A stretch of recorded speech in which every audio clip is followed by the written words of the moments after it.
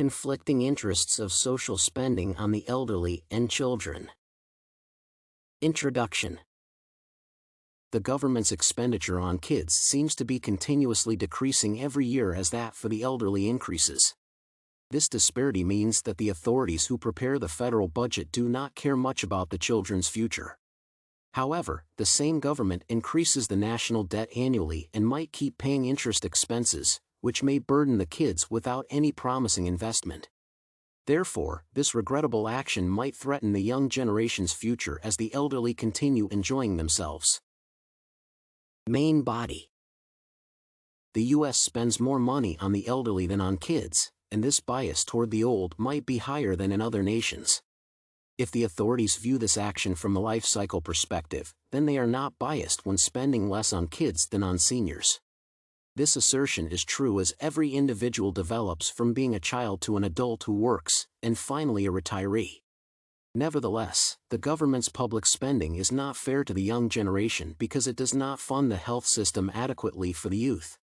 Furthermore, to have a beneficial retirement benefit, the government may tax the current children heavily when they start working in the future.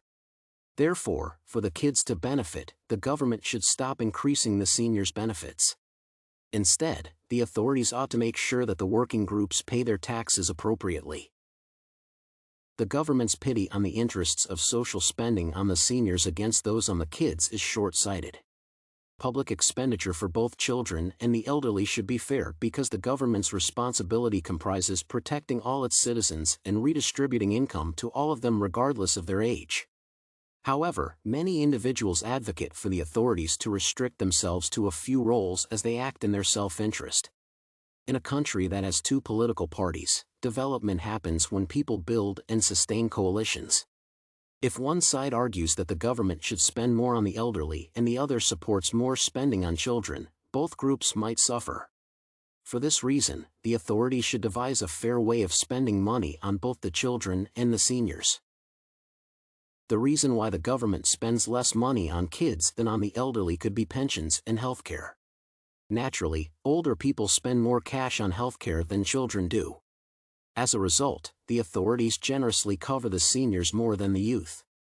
The government might also be spending more on the elderly because they were paying payroll taxes when working. Therefore, when they retire, their contributions might have surpassed or equaled the pensions that the authorities eventually paid them. However, based on the labor supply, both groups do not work, so their economic status does not differ. Therefore, the government should spend equitably on all of them, especially on healthcare. The government needs to stop spending too much on the elderly and balance its expenditure on both the children and the seniors. Excessive outlay on older people affects the spending on kids, which can be destructive to them.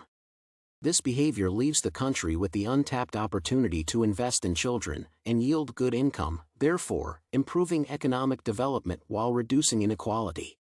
Financial growth is beneficial to citizens as they enjoy high living standards and consume more products. Conclusion.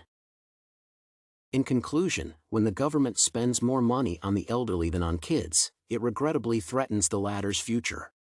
Children need more funds for education and health to prepare well for jobs in the future.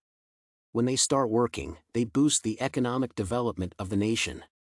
Therefore, the government should give the elderly what they contributed only as they work to ensure that it remains with enough money to support the children.